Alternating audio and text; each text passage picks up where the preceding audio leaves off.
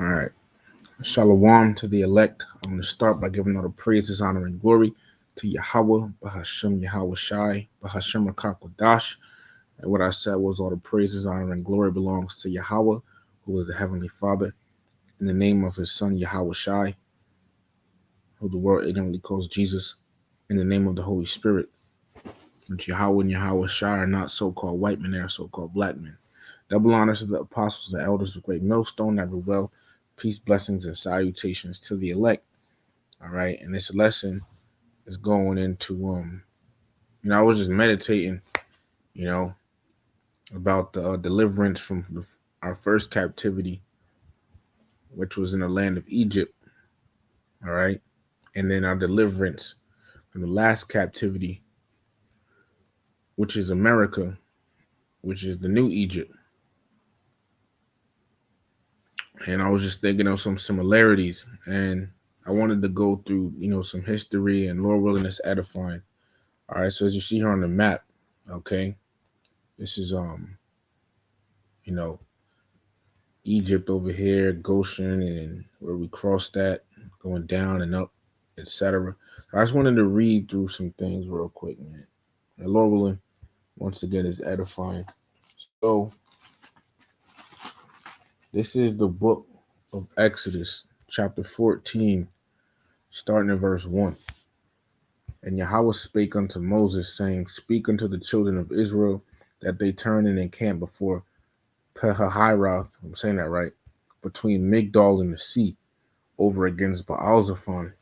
Before it shall ye encamp by the sea. Verse 3, For Pharaoh will say of the children of Israel, They are entangled in the land, the wilderness hath shut them in. And I will harden Pharaoh's heart, that he shall follow after them, and I will be honored upon Pharaoh and upon all his host, that the Egyptians may know that I am Yahweh, and they did so. All right. Here in the 14th chapter, the Lord is preparing to deliver his people. He and then eventually, he delivers them. Okay. Later on. So verse 5 it says, And it was told the king of Egypt that the people fled, and the heart of Pharaoh and of his servants was turned against the people. And they said, Why have we done this, that we have let Israel go from serving us? And he made ready his chariot and took his people with him. And he took 600 chosen chariots and all the chariots of Egypt and the captains over every one of them. And Yahweh hardened the heart of Pharaoh, king of Egypt, and he pursued after the children of Israel. And the children of Israel went out with an high hand. But the Egyptians pursued after them, all the horses and chariots of Pharaoh, and his horsemen, and his army, and overtook them encamping by the sea, beside Pahahiroth, before Baalzephon. Right? Verse 10. And when Pharaoh drew nigh, the children of Israel lifted up their eyes, and behold, the Egyptians marched after them, and they were sore afraid. And the children of Israel cried out unto Yahweh. And they said unto Moses, Because there were no graves in Egypt, hast thou taken us away to die in the wilderness? Wherefore hast thou dealt with us to carry us forth out of Egypt? So let's read verse 10 again. It says, And when Pharaoh drew nigh, the children of Israel lifted up their eyes, and behold, the Egyptians marched after them, and they were sore afraid. So Jake, if you got a picture, Jake is seeing the Egyptians coming after them, you know. So they will start, getting nervous and everything, you know, getting afraid, like, and telling Moses, like, why'd you do this? Why'd you carry us out of Egypt, you know, to to die out here? Like pretty much talking shit, right? Verse 12. Is not this the word that we did tell thee in Egypt, saying, Let us alone, that we may serve the Egyptians? For it had been better for us to serve the Egyptians than that we should die in the wilderness. You see, and that's the thing, man. You gotta trust the Lord's word over what the people are telling you, And the thing is, right, just like nowadays, once again. You gotta trust the Lord's word, right?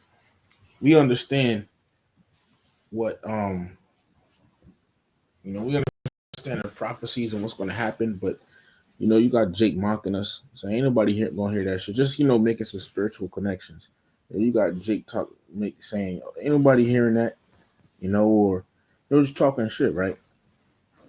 But and then some Jake don't even believe that Yahweh Shai is coming back. All right. But we gotta keep focused. You see? You gotta remain in the truth. You can't let that bother you. All right. You can't let that bother you because the Lord don't lie. The Lord told Moses that he's going to deliver his people, and he did.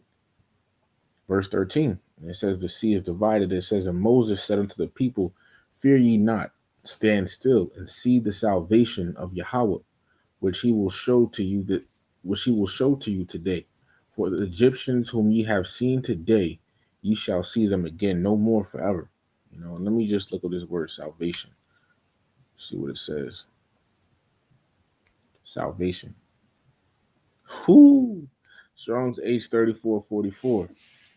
And it says, Yasha wa I ha, but we understand that Yahshua Aha, that's not the Messiah's name. But you go down here under where it says Jasenius' Hebrew Charlie Lexicon. It says Yeshua Aha. What? No. Actually, no. Because I thought this was going to bring me to another precept, but I just wanted to, look and see what it might say if it was, say it, but pretty much, because the name, I just wanted to look and see what it would say if it would, go into Yahweh Shai's name or not, but it doesn't. All right, but continuing on, Exodus 14:14, Yahweh shall fight for you, and ye shall hold your peace. Verse 15, and Yahweh said unto Moses, wherefore criest thou unto me? Speak unto the children of Israel that they go forward. But lift thou up thy rod, and stretch out thine hand over the sea, and divide it. And the children of Israel shall go on dry ground through the midst of the sea. And I, behold, I will harden the heart of the Egyptians, and they shall follow them.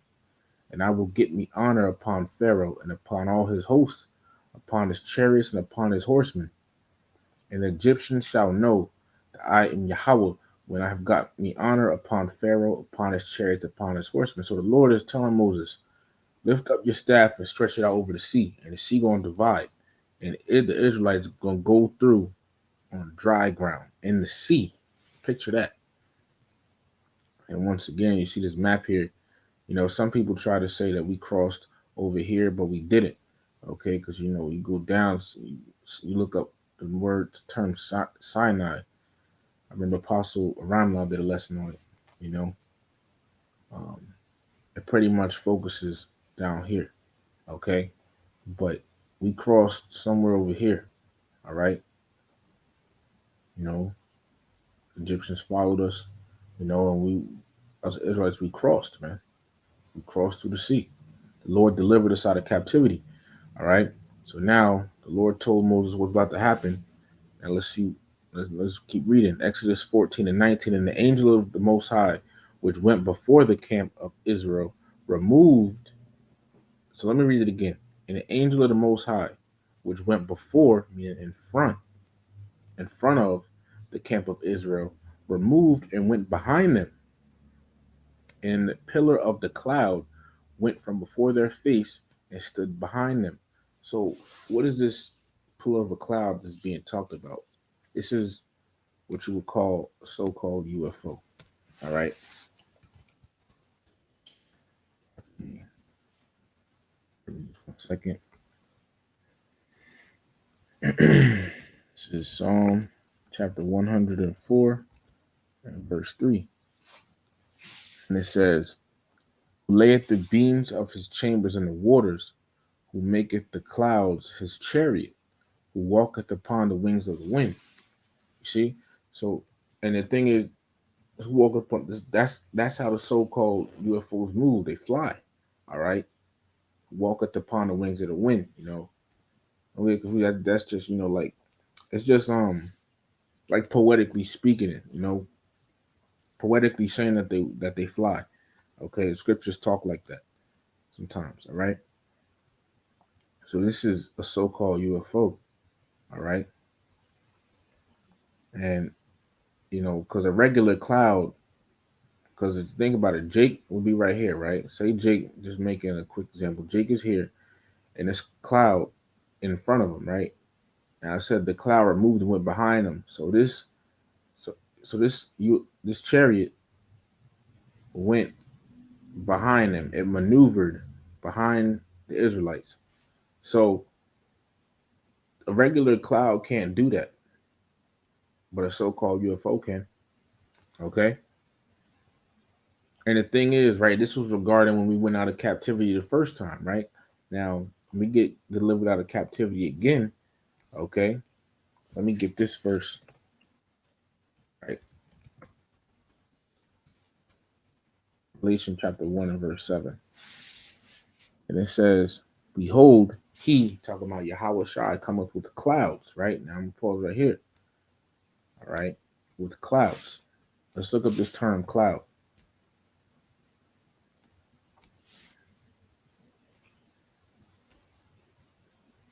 Strong's G 3507. Nephele. Nephele. Nephele.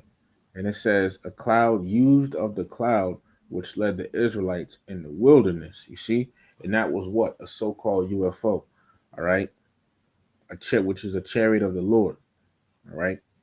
So Yahweh Shai is coming back with the chariot. So the chariots were used, all right, to guide us in, in the wilderness when we left the land of Egypt. All right. During our first captivity. All right, they're going to be used to deliver the elect. All right, out of this last captivity. Okay, this is the book of Matthew. Actually, no, I don't want to jump the gun. Revelation 11 and 11, and it says no 11 and 12. It says, and they heard a great voice from heaven saying unto them, come up hither. And they ascended up to heaven in a cloud, and their enemies beheld them. Okay, so the elect, they went up. This is prophecy that's going to take place. The elect are going to literally get delivered up into a chariot. And that word ascended up, when you look it up and you go into it, it means to be borne up, meaning to be carried up, which is that tractor beam. All right. But continuing on, back in Exodus 14 and 19, it says, and the angel of the, so we read that, verse 20. And it came between, so this cloud went from in front of the Israelites to behind them. Right? Verse 20, they came between the camp of the Egyptians and the camp of Israel. So it stood right in the middle of the Egyptians and Israel. It says, and it was a cloud and darkness to them, but it gave light by night to these, so that the one came not near the other all the night. Verse 21, and Moses stretched out his hand over the sea, and Yahweh caused the sea to go back by a strong east wind, and all that night, and made the sea dry land, and the waters were divided. So the Lord split the ocean for who? Us Israelites, man.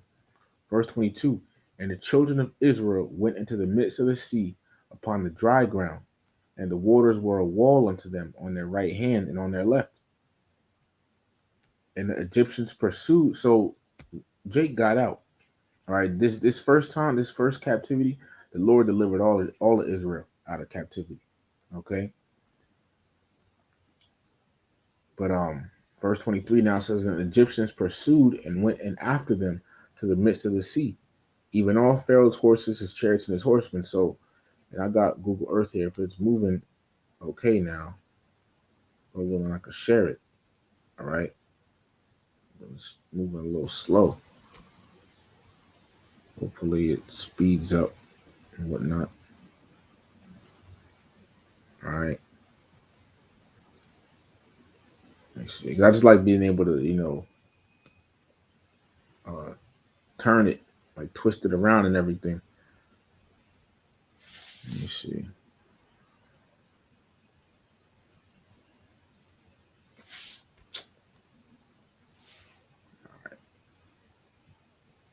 Slovakia. Just trying to make it all, you know.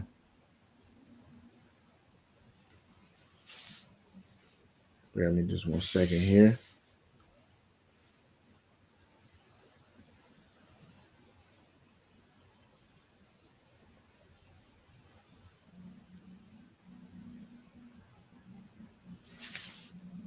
All right, so I'll just leave it like this.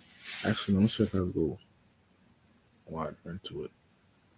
All right, as you see, okay, we were over here, and the Lord caused the sea over here, somewhere over here, to be split, and Jake went through, but the Egyptians were still following us, right?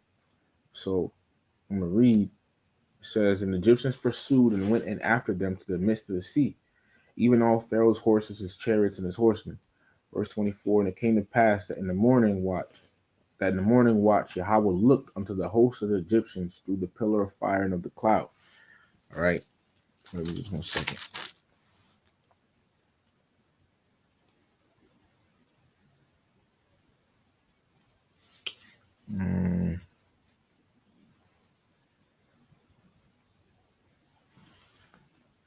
It says, yeah, all right. I'm reading Exodus 14:24. And it came to pass that in the morning watch, Yahweh looked unto the host of the Egyptians through the pillar of fire and of the cloud, and troubled the host of the Egyptians, and took off their chariot wheels, that they drave them heavily, so that the Egyptians said, "Let us flee from the face of Israel, for Yahweh fighteth for them against the Egyptians." So here it is, they following after us, all right? But now they trying to escape.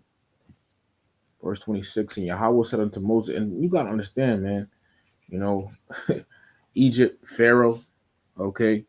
The Lord delivered us out of a harsh captivity, man. All right? Out of a harsh captivity, okay? Think about it. Pharaoh ruling, okay? And now in these times, what? This America, this is a harsh captivity for our people again. And who's the modern day Pharaoh? The so-called white man. The earth is given into the hand of the wicked, right? So let's continue reading verse 26. And Yahweh said unto Moses, stretch out thine hand over the sea, that the waters may come again upon the Egyptians, upon their chariots, and upon their horsemen. And so the Lord telling Moses to stretch out his hand so that the waters can close on the Egyptians. Verse 27, and Moses stretched forth his hand over the sea, and the sea returned to his strength. When the morning appeared, and the Egyptians fled against it, and Yahweh overthrew the Egyptians in the midst of the sea. And the waters were in the midst of the sea. You got to think, man. Let me just pull up something real quick. Um,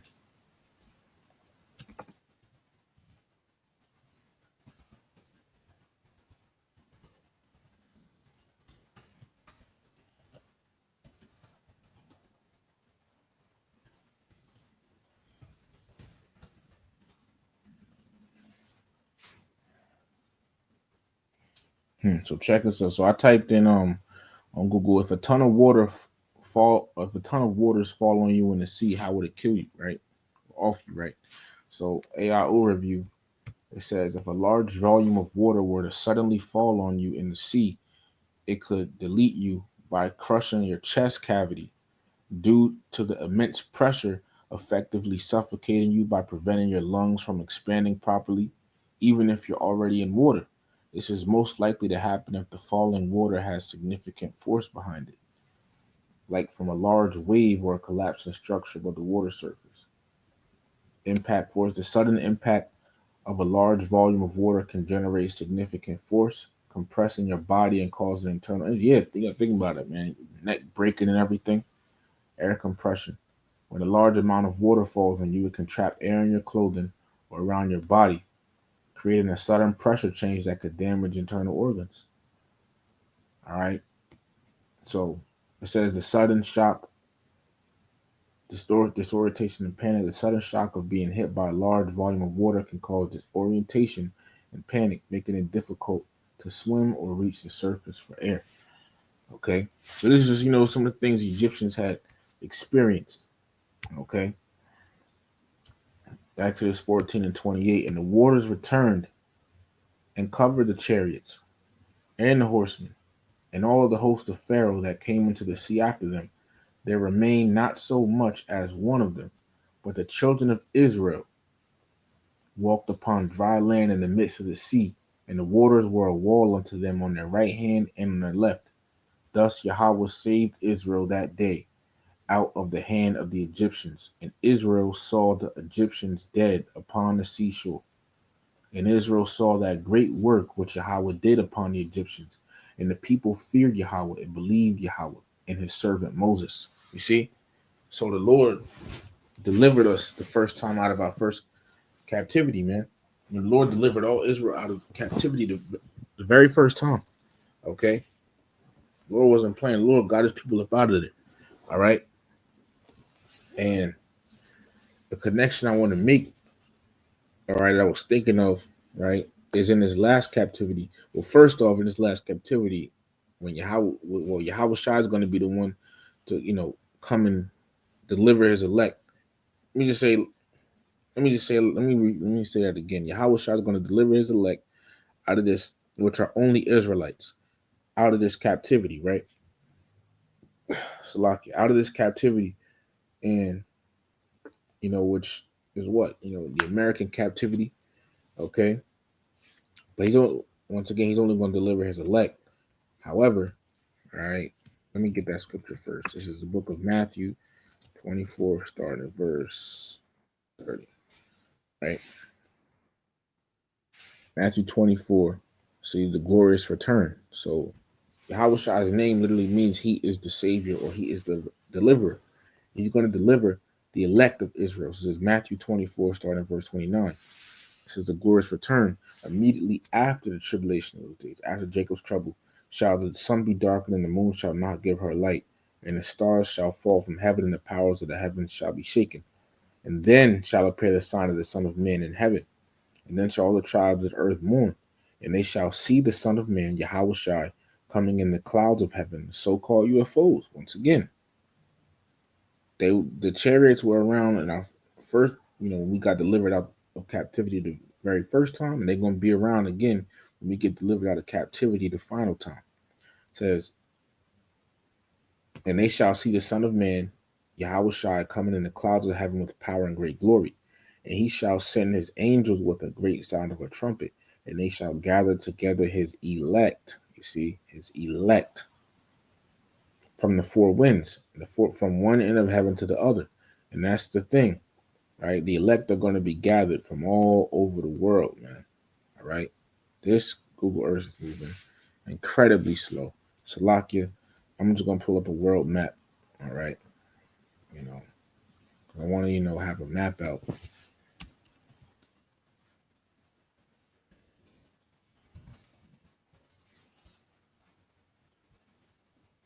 here. Okay. So the Lord, right? The elect, this is the thing. All right. The elect is scattered all over the world. Okay. You know, all over the world. All right. But when Yahweh Shai comes back with them chariots, all right, the elect is going to get beamed up from all over the world, man. Okay. Especially the main place that's going to get delivered. That's like, let me say, the main place, like the main place that the elect are going to get delivered from is the USA, America, Babylon the Great. All right. And that brings me to my next precept. This is Micah chapter 4 and verse 10. It says, be in pain and labor to bring forth, O daughter of Zion, like a woman in travail. For now shalt thou go forth out of the city, and thou shalt dwell in the field. Here's the point, right? Part of the point. And thou shalt go even to Babylon. All right. Babylon is what? America, Babylon the Great. All right. It says what? There shalt thou be delivered. We read in, get it. Actually, I just put it up here.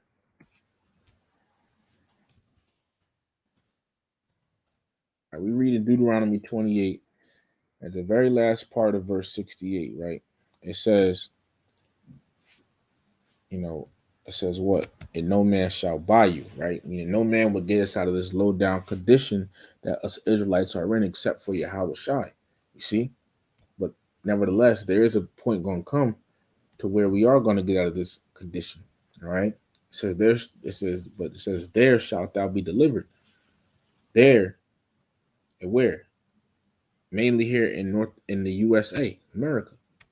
There, like it says, there, Yahweh Bahashim Yahweh shall redeem thee from the hand of thine enemies.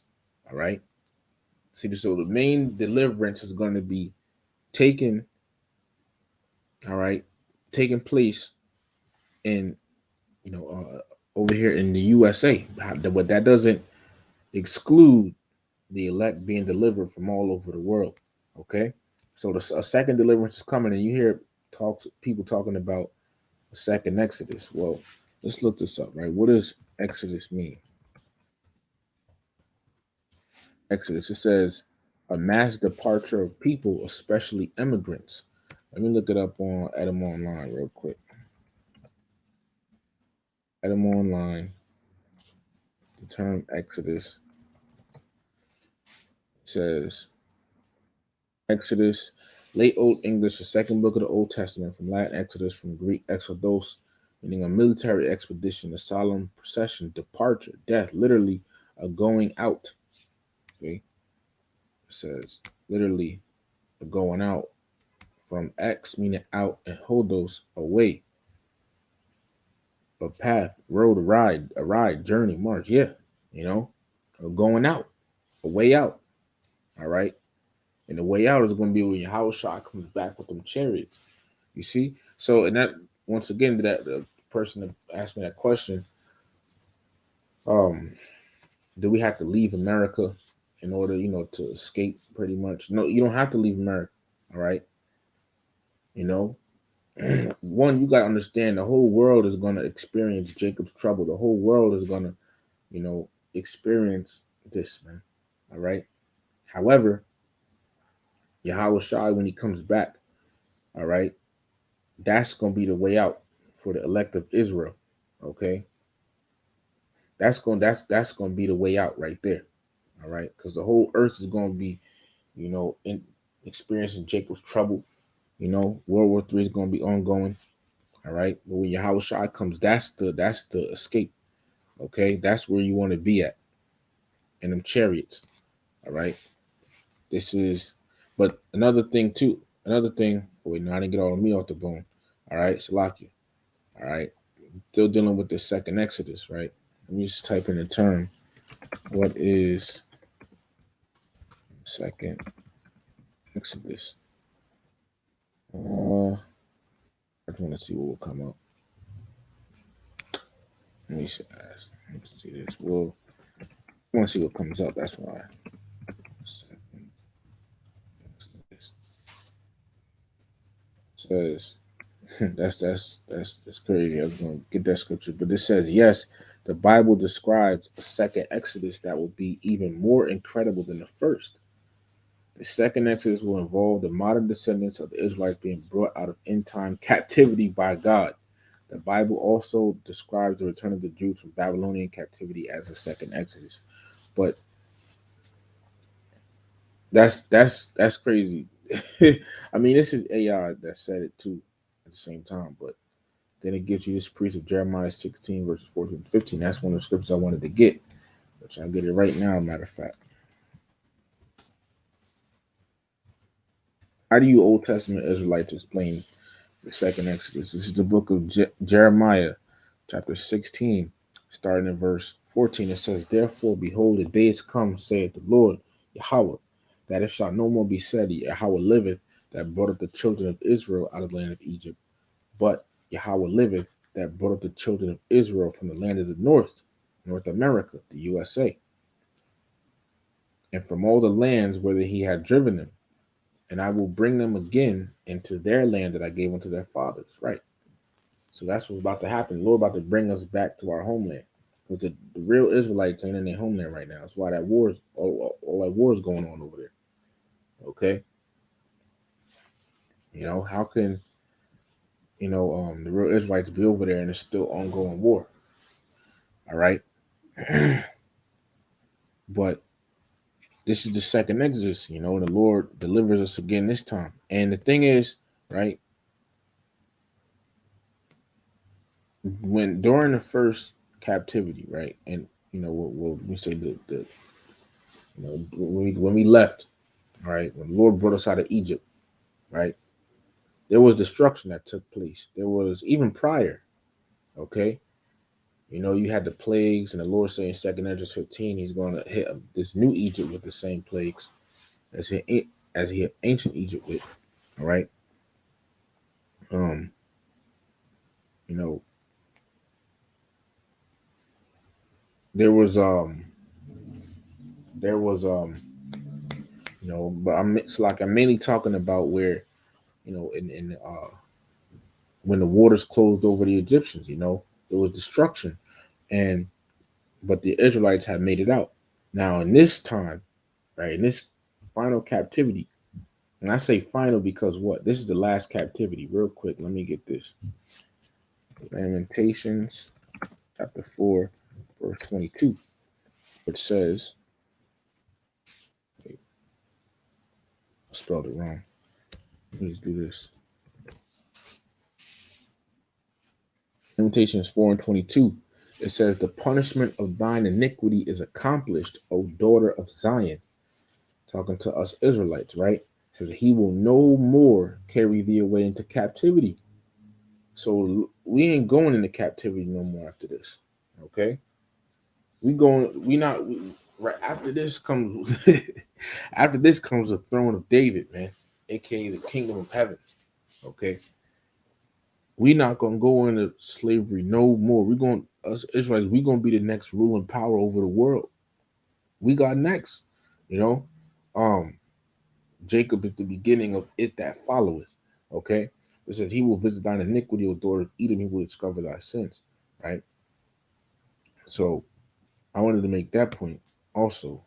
All right, that we not going in captivity after this. Okay, but at the end of our captivity, just like at the end of uh, the first captivity, there was destruction. Well, at the end of this last captivity, all right, specifically talking about this new Egypt, there's going to be destruction.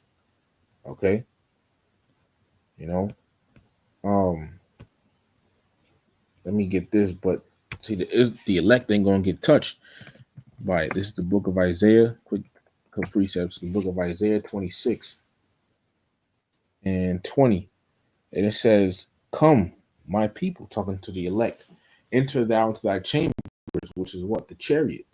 They getting beamed up, and shut thy doors about thee. Hide thyself, as it were, for a little moment until the indignation be overpassed. What is the indignation?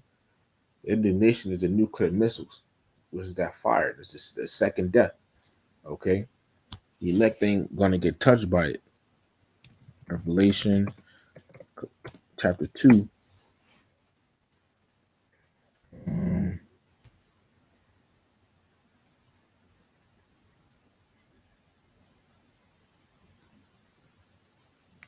1 second.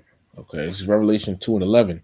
It says, "He that hath an ear, let him hear what the Spirit saith unto the churches. He that overcometh me, and he that endureth to the end, shall not be hurt of the second death." You see, which is the nuclear missile. So to those that endure to the end, which is the elect, they're not gonna be destroyed in the second death. Which is the second death, okay, is the once again the nuclear missiles. All right, that's the second death. Okay, you know, and yeah, so but let me get this right because I wanted to bring this up as well because the Lord brought Jake through water the first time, right? You know, Zechariah 13. Let me start at verse 8. Actually, I'm gonna get to the point. Zechariah 13 and 9. It says, "And I will bring third part through the fire, and will refine them as silver." And that's the point I wanted to get through the fire. Okay, because also too, the elect is gonna be beamed up. You know, literally. I mean, they're not gonna get burnt, but they're gonna let's just say that's going to be happen simultaneously, man. All right, you're going to get beamed up. Okay, the Lord brought it. The Lord brought Jake through water the first time out of captivity, but the elect, you know, they actually going to get beamed up.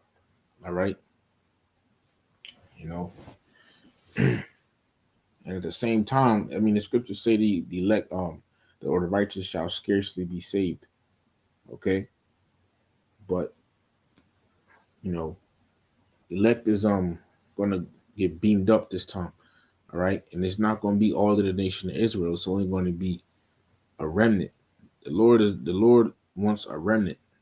He not this time. He doesn't want the whole nation this time. All right, the first time, he brought the whole nation, but this final time, nah, it's going to be just a remnant. And I mean, it's once again, man, this is all part of the Lord's movie. Okay, this is all His will. All right, because that doesn't mean that the Israelites that do get destroyed are just going to vanish out of existence. No, they're going to come back. Okay, they're going to come back through the elect reproducing.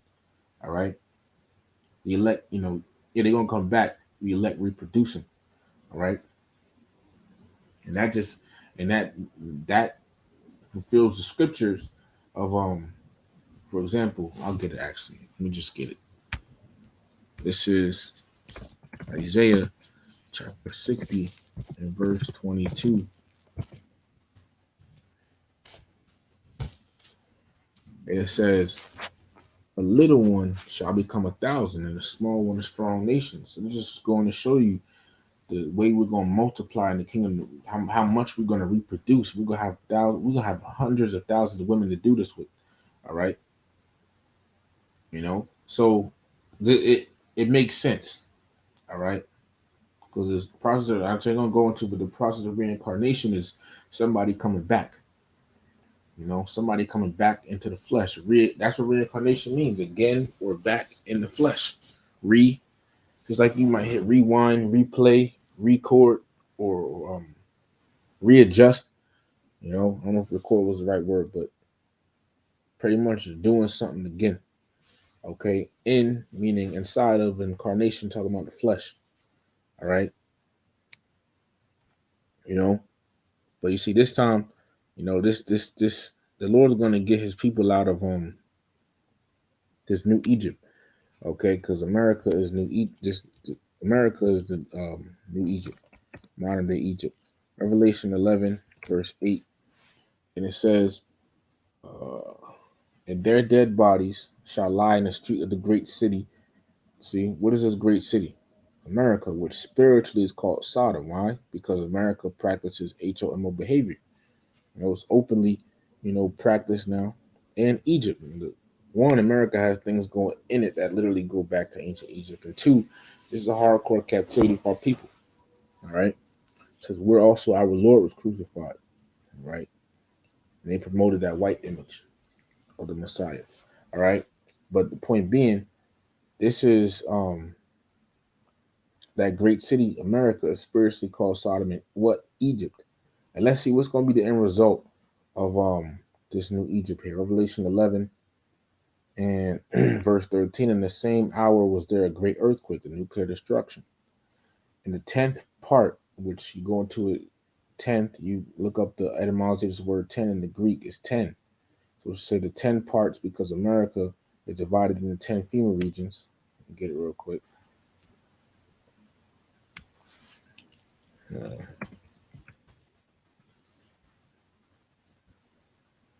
America is divided into 10 FEMA regions. All right.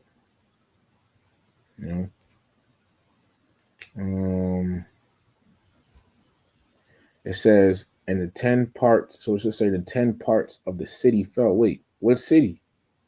The same city up here, which is spiritually called Sodom and what? Egypt. All right. So America, meaning what? All of America is going to be destroyed in nuclear destruction. And in the earthquake, meaning in the nuclear destruction, were slain of men 7,000. 7,000 meaning completion. So anyone left standing on the shoulders of America when the missiles touch down is going to be destroyed. The elect is going to get up out of here. Okay? So it's in the remnant, see, the remnant were frightened. And this goes to show that the Lord ain't going to take all of Israel. He's going to leave a remnant, okay, of Israel. So one, we talking about the salvation, the salvation that got, it's like the coming salvation, all right. Your house are going to come back and be with his elect, all right. You know, that is only for Israel, okay, the Israelites, all right. Because you understand it, you understand when the new covenant is and when it gets activated, um, which will be when Yahweh Shai returns and changes, beams up his elect and changes them. The Lord only making a new covenant with the Israelites. So that by default shows that salvation is only for Israel. Okay? So the remnant were affrighted. All right? The remnant of who? The remnant of Israel, man. All right? Um, Bear with me 1 second.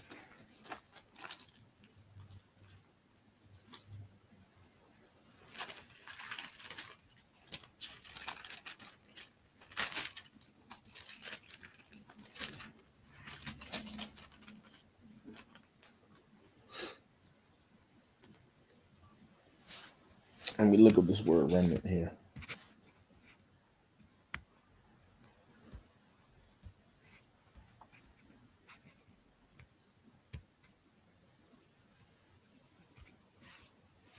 Strong's G 3062. Loipas. Loipas. Or pas. And it says remaining the rest of any number or class under consideration with a certain distinction and contrast. The rest who are not of a specific class or number, the rest of the things that remain, but a remainder. Okay, talking about. Let me look at the word remnant, just a regular definition.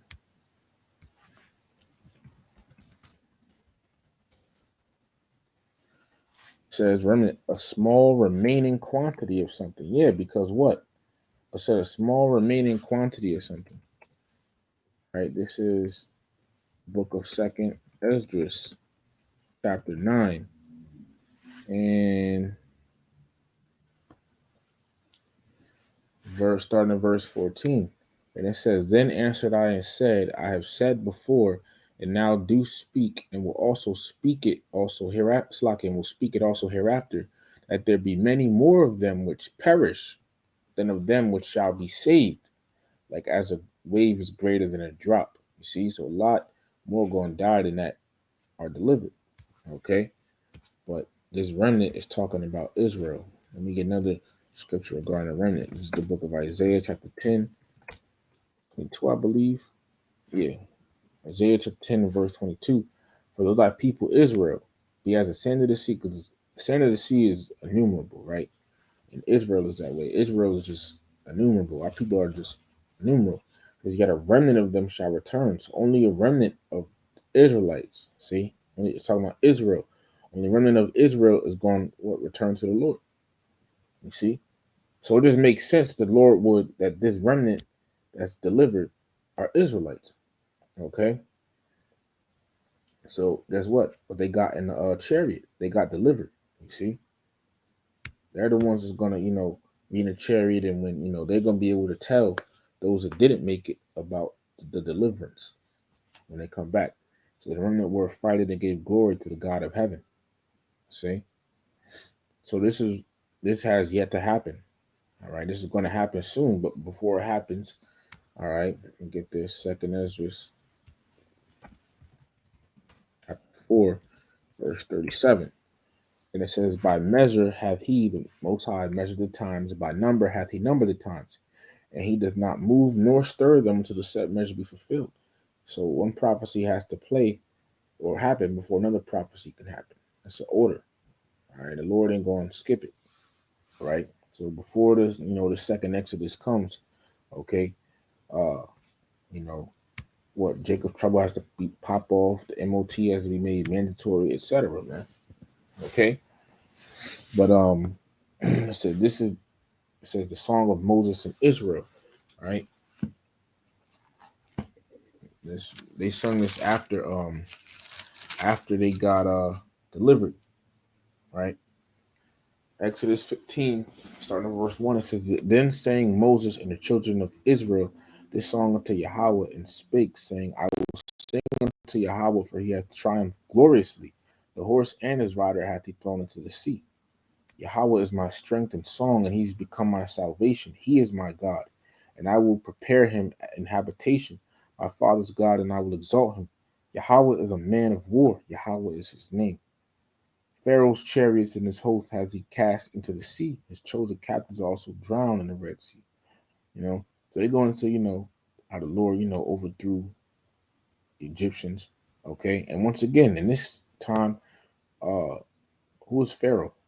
So-called white man. You see, this so-called white man about to be kicked out of power, literally. You know, or Lord pretty much saying the Lord gonna take him out of power, man. All right, and guess what? You know, the chariots once again they're gonna destroy America. All right. This is the book of Zechariah, chapter 5, starting at verse 1. To the flying scroll. So then I turned, lifted up mine eyes, and looked, and behold, a flying roll. Let's look at this word roll here. See what it says, a flying roll. Strong's H 4039 Magalah. And it says a roll book right. It's like a scroll. So, you know, the prophet Zechariah, he saw like a chariot, like a cigar shaped chariot. Okay, in the air. Verse 2. And he said unto me, What seest thou? And I answered, I see a flying roll. The length thereof is 20 cubits and the breadth of 10 cubits. So that's the measurements. Verse 3. Then said he unto me, This is the curse that goeth forth over the face of the whole earth. Right? So when the chariots return, they're going to cover the skies. It's like, well, when Yahushua returns with the chariots, let me say, they're going to cover the skies, man. You know, they're going to cover the skies. All right. Bear with me just 1 second here.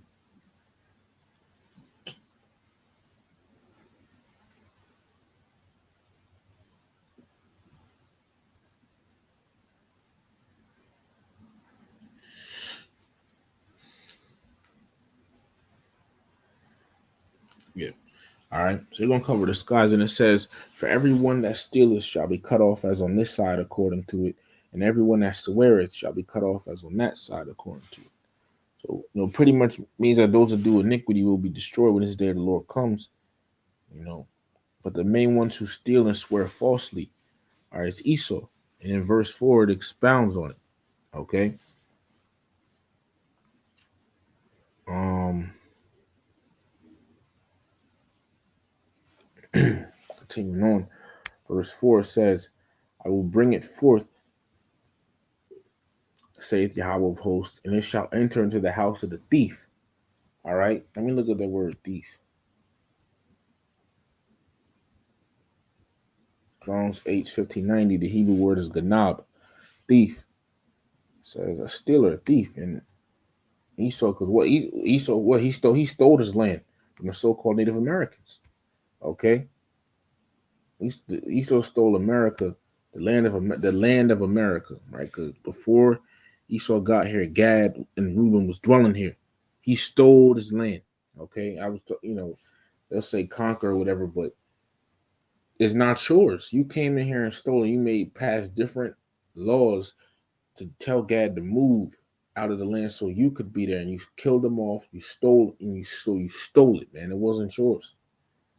All right. So all right. So they're the thief. Okay. It said, and it shall enter the house of the thief. Now this house, let's look at the word house here. All right. Strong's H1004. The Hebrew word is bayath. Okay. And it says house, dwelling, habitation. All right. You know, and Esau, aka the so-called white man's primary dwelling place is America. Okay. So it said chariots, they're gonna enter into the house of the thief. So when Yahweh Shai returns with these chariots, he's gonna return with a lot of them too, man. All right. You know, that will bring it forth, say Yahweh of hosts, and it shall enter into the house of the thief. So Yahweh shall returns. All right, the chariots are mainly going to focus on America. Okay. It says, and into the house of him that sweareth falsely by my name, and it shall remain in the midst of his house. All right. It says, and it shall consume it with the timber thereof and the stones thereof. Meaning, these chariots, they're gonna beat America and destroy it. All right, by way of laser beams, man. Okay, you know that's gonna be fire that's added on burning America because the missiles is also gonna burn America. You see, and this is what's coming. You see, this is gonna be at the end of our captivity, the very end of our captivity. America's gonna get destroyed. Man. Okay, and this links up, Second Ezra 7, where it says the day of doom shall be the end of this time. Because when this happens, Esau ain't gonna be in power no more, man. You know, Esau gonna be out of power. All right. How you gonna be in power and Yahweh Shai is on the scene now? You know, that don't make sense. All right. This is what we waiting on. Because this stuff, this life as we know it, living under this devil, this can't just stay how it is, man. It has to change. It has to. This going to work and looking at these devils in power every day. This has to go. Okay. Don't be fooled, man. Just because America, is said to be one of the, like a strong country, like a ruling empire, the best nation, or the best country in the world currently, don't think the Lord can't overthrow it. Okay, people look at that red, white, and blue flag, all right, and think it can't be overthrown. And the thing is, look, let me get this actually. It was Revelation chapter 18. And the thing is, look, because we ourselves, us brothers, we ain't gonna do nothing until the Lord is the one that's gonna destroy America. Okay. Revelation 18, starting at verse, oh yeah, to the point, verses 7 and 8. All right. It says, how much she, talking about America, have glorified herself and lived deliciously. So much torment and sorrow give her, which is going to come by them ICBMs, that fire that's coming. Let me just say it like that. For she said in her heart, I sit a queen and am no widow, because America's that whore that with many husbands. It says, and shall see no sorrow. And you see this attitude in the average everyday American. All right. They feel they can't. They feel ain't nothing bad gonna happen. Um, you know, they feel that America could never be defeated. All right. They say things like, "Oh, this were to happen, we'll just bomb them." You know, but nah, man. Look, verse 8. Therefore shall her plagues come in one day, death and mourning. And that's gonna come by them that fire. It says, "A famine and she, America, shall be utterly, utterly burned with fire." Look at that word, utterly, utterly burned. Strong's G2618. Let me say it. Strong's G 2618. Katakayo.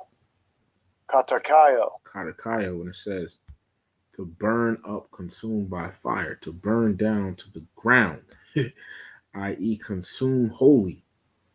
Yeah, the whole land of America going to be destroyed.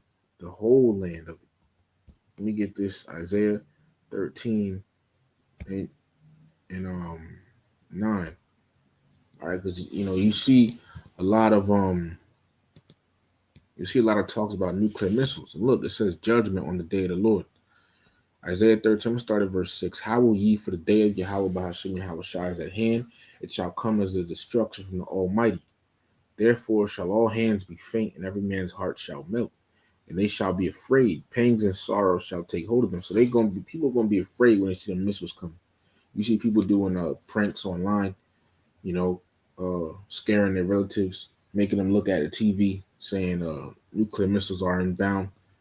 All right. But one day the nuclear missiles are actually going to be shot, and it ain't going to be no joke. Okay. It says they shall be in pain as a woman at travaileth. They shall be amazed one at another. Their faces shall be as flames.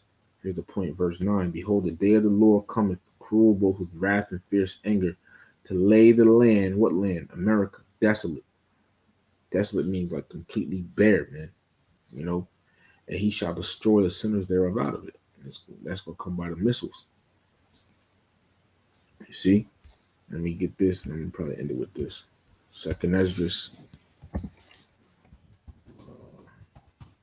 15. All right, the Lord gonna get us up out of here, man. Lord gonna be that elect. Second Esdras 15, starting at verse 11. No, Second Esdras 15 and 11 says, "But I will bring them, who the Israelites, with a mighty hand and stretched out arm." And what is it talking about? Yahweh Shai coming back to deliver his elect and smite Egypt. This new America. It's like this new Egypt, which is America, with plagues as before, because the ancient Egypt got hit with plagues. The Lord gonna hit this new Egypt with the same plagues. It says, and what will destroy all the land thereof? Okay, by what? The nuclear missiles. America is the land that is destined to be completely destroyed. Completely destroyed, man. The Lord is going to wipe America off the face of the earth. I feel like I'm ending with that. This is um actually some more. Yeah, I'll get it. All right, because when this destruction comes, the elect that make it, they're gonna be watching it. This is Revelation 15, starting in verse 1. And I saw another sign in heaven, great and marvelous, seven angels having the seven last plagues, for in them is filled up the wrath of Yahweh. Verse 2. And I saw as it were a sea of glass mingled with fire. What is a sea of glass mingled with fire? Well, the sea of glass is talking about the firmament, aka the ozone layer. Now let me just look something up, right? Is the ozone, let me just first type in, for anyone who doesn't know, what is the ozone layer? It says the ozone layer is a region of the stratosphere that contains a high concentration of ozone and protects life on Earth from some harmful UV rays, radiation. All right, but just to show you, all right, the ozone layer, for example, right here, you know, you got Earth, and then you got this ozone layer, which is like a belt around the Earth, you know, and that was in Genesis, the first chapter tells you, all right, about the creation of the firmament, right, aka the ozone layer. Now watch this. Let me type this in. Is the ozone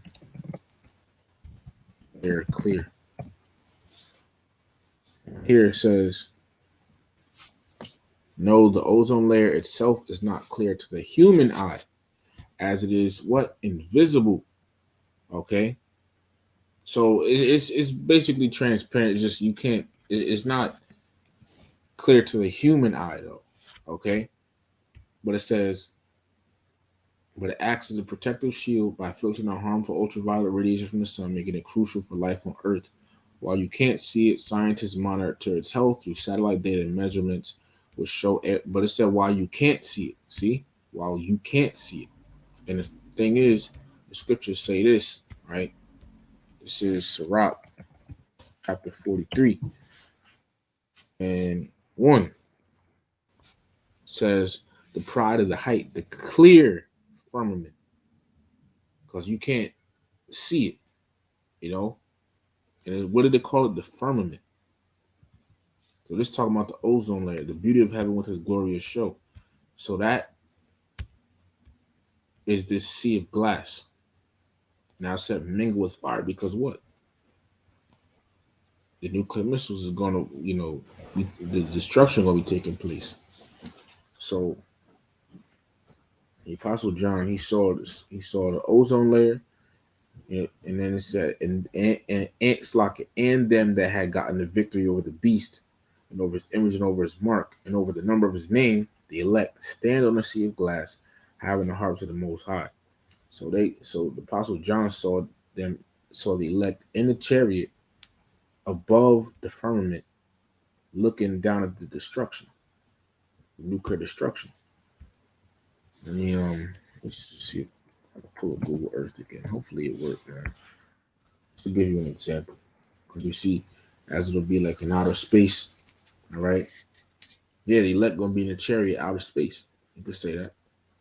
All right, because they're gonna be above the firmament. You know.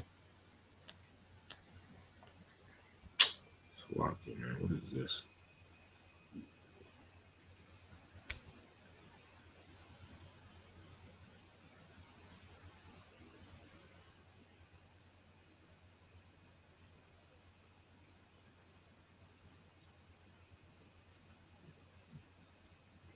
I don't know why it's acting like this, man. So lock here.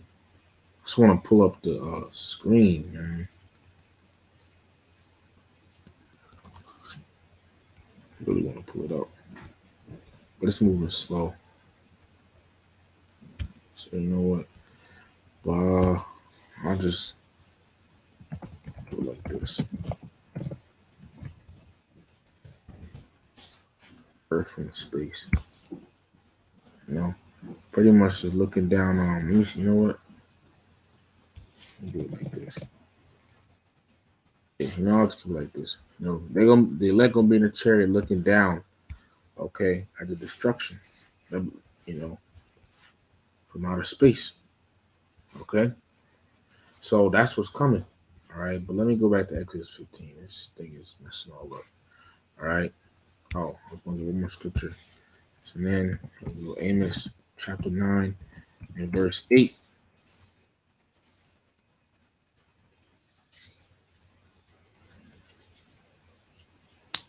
And it says, Behold, the eyes of the Lord Yahweh Bahashim Yahweh Shai are upon the sinful kingdom, which is America. All right, let me just close these tabs.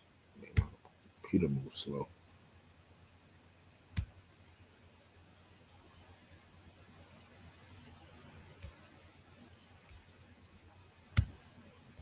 All right. It says, Behold, the eyes of the Lord Yahweh Bahashim Yahweh Shai upon the sinful kingdom, which is America, and I will destroy it from off the face of the earth. We done read a couple scriptures saying the Lord going to destroy this particular place off of the earth. How? By nuclear missiles.